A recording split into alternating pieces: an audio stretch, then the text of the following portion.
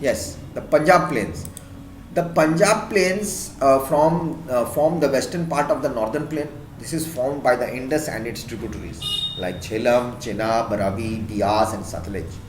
A major portion of this plains is in Pakistan. Doabs abound in this plain. Ganga Plains. This plain extends between Ghaggar and Tista rivers. The northern states are Haryana, Delhi, UP, Bihar, part of Jharkhand, and West Bengal lie in the Ganga plains. That's why agriculture is very good. Brahmaputra plains, because the Brahmaputra is cutting out from the Ganga and coming over the Nepal part and going through into Assam from top of us. This plain forms the eastern part of the northern plain and lies in Assam. Based on the relief features, the northern plate can be divided into four regions: Bhabar, Terai, Bhangar, and what do you say? What's that other name?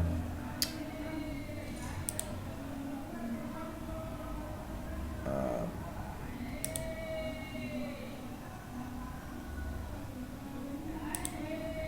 Khadar Bhabar or something. Khabar, yes, Khabar Bhabar. After descending from the mountains, the river deposits pebbles in a narrow belt. Okay. The width of this belt is about 8 to 16 kilometers and it lies parallel to the Shivaliks. This region is known as Bhabar. All the streams disappear in this region.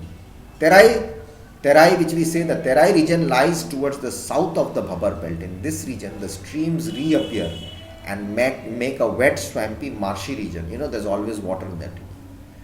The Bhangar. The Bhangar is the largest part of the northern plain and is composed of oldest alluvial soil. They lie above the flood plains. They resemble terraces. The soil of this region is locally known as Kankar and is composed of calcareous deposits. Kankar, you know. Khadar we have. The food plains formed by a younger alluvial are called, the flood plains actually, are called Khadar. The soil in this region is renewed every year and thus is highly fertile. The water comes, washes it away. The water comes, washes, bringing much more better fertile potential from the top. Right?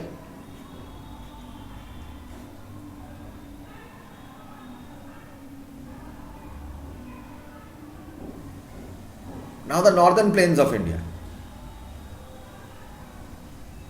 Isn't it? So that's what we have got in that. If we do that. What do we have in the northern plains? The Peninsula Plateau, Central Highlands, after the northern plains. We have the Ganga Basin is done, the Rajasthan plain, I am doing the northern plains.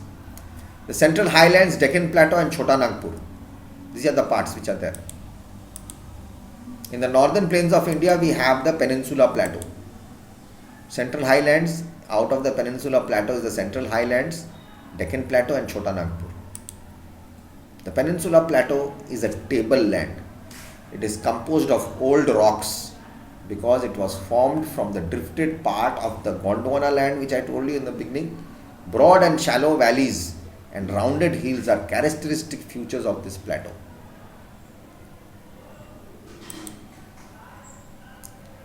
The plateau can be broadly divided into two regions, the Central Highlands and the Deccan Plateau. The Central Highlands lies to the north of the Narmada River. It covers the major portion of the Malwa Plateau. The rivers in this region flow from southwest to northeast, which indicates the slope of this region. Southwest to northeast it goes down. Bundelkhand and Bagelkhand mark the eastward extension of this plateau. The plateau further extends eastward into Chota Nagpur Plateau. The Deccan Plateau lies to the south of the Narmada River. It is a triangular shape. The Satpura range makes its northern part. The Mahadev, Kaimur Hills and Maikal range makes the eastern part. The slope of the Deccan Plateau from west to east, it extends into the northeast, which includes, I guess, Meghalaya, the Karbi Along Plateau, and the North Kakar Hills, Garo Khasi Hills, and the Jaintia Hills are the prominent ranges starting from west to east. The Western and Eastern Ghats, they make the western and eastern edges of the Deccan Plateau. The average elevation of the Western Ghat is 900 to 1600 meters compared to 600 meters in the case of Eastern Ghats. Eastern Ghats stretch from Mahanadi Valley to the Nilgiris in the south. Eastern Ghats, Odisha to Nilgiri to Uttarakhand, South India. The Western Ghats cause an oceanographic rains as they rain laden winds from the west. It comes in from the oceans. The Indian desert, the Thar Desert, the Great Indian Desert, also known as the Thar Desert, is a large arid region in the northwestern part of the Indian subcontinent. The area is more than 200,000 square kilometers.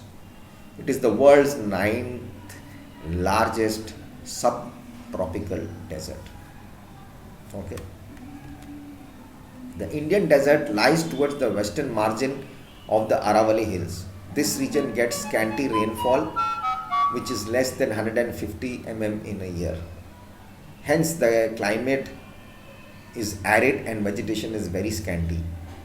Luni is the only large river, but some streams appear during rainy season. Okay. Crescent shaped dunes are called burchans around this area. Then we have the eastern desert, the eastern ghats, the western ghats, the coastal plains. The coastal plains is the peninsula plateau, which is flanked by a stretch of narrow coastal strips. They run along the Arabian Sea on the west and along the Bay of Bengal in the east. So east side we have Bay of Bengal, west side we have the Arabian Sea. That means Goa, Mumbai is the Arabian Sea, Calcutta, Odisha, and rest of the places, Andhra Pradesh, are the Bay of Bengal. It is divided into three sections. The Konkan, which comprises Mumbai and Goa, makes the northern part.